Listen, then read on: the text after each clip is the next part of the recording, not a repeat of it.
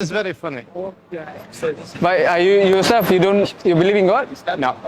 Okay, right. I mean, what makes you stop believing God?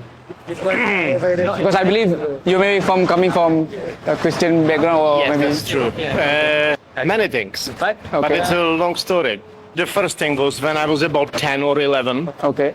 I rejected Christmas and Christianity. Okay. When I was about 13, 14, I went with my parents to a church just for fun.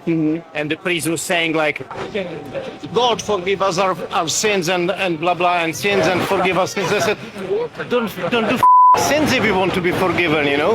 Okay. So I think it's total bull. And then, as a scientist, the science, planet is tiny speck of dust flying through huge space, incredible speed, Milky Way flies in incredible speed. Where is the God? It's for me, God is construct of human arrogance, and it's a construct of power to manage crowds. That's all what it is for me. Okay, all right. I mean, it's very interesting that you make that kind of conclusion. But since you say that you are a scientist. Yes. Okay. I believe, like for example, like Stephen Hawking also inside his research, he did mention that, he didn't call it as God, but he said that, if we reverse back time, right? So it will, we will get the point of singularity. So, and he made a conclusion that something cannot come from nothing, right? And he did say that some supreme power, he mentioned supreme power, but he didn't mention it is God. I agree, I understand what you're talking about, but oddly enough, I do not believe that either. Because for me, to believe that from nothing became everything, and that it eventually contracts to nothing, it's just beyond me. So I concluded for myself, an opinion, that space just has been always there. And it's probably endless or not. Yeah, I don't know. But for me, it's unacceptable. Even though it's kind of today's scientifically top opinion. But we will never know anyway. Okay. There cannot be God. There is just no way the God would exist. Okay. It's only construct of human arrogance. Okay.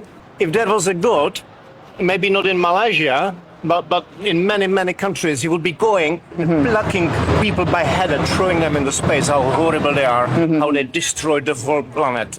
God would never forgive them and never allow them to do it. So there is no God. It's just arrogant humanity destroying themselves and everything alive. So yeah.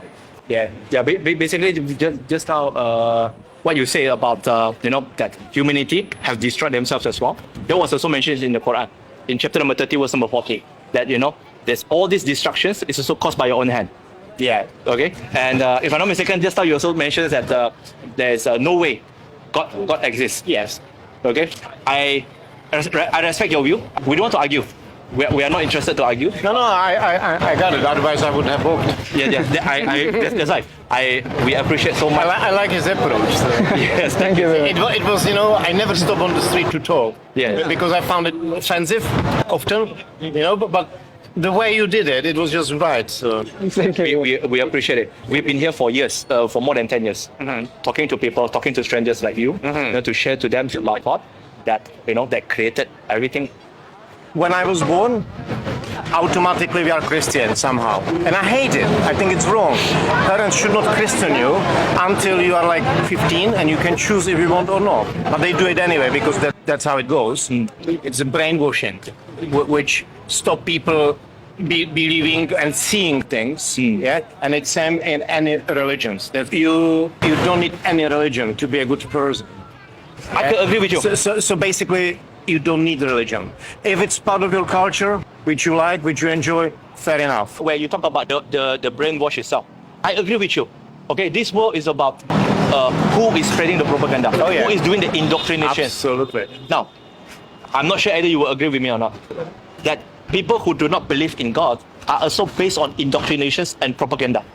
Without the indoctrinations and propaganda, they will not come up to this kind of belief. I love that. So people who don't believe to something which doesn't exist and you can prove it are in propaganda. On both sides, there's a indoctrination. As you say, if I quote you correctly, you say that you can become a good person even without having a religion. Absolutely. Okay, although I might disagree on the part that you do not need religion, we can discuss it later. Because why? For us as a Muslim, we already believe that when God created us, there is an inclination, what we call as a fitra, an inclination towards good. God created you. What about all the proofs about evolution? We have no problem with evolution if you were to talk about this, but how human God created evolved. you if there is evolution? No, but the evolution, you will still have to come back to the single cell.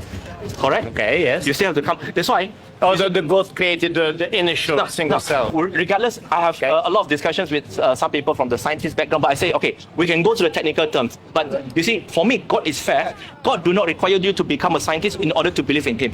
There must be a simple proof for you and me in order to understand that He exists consciously, without us buying into all the indoctrinations that's happening around the world right now. Now, for me, I have no problem up until certain extent to accept evolution theory because human being, animal creations, we evolve.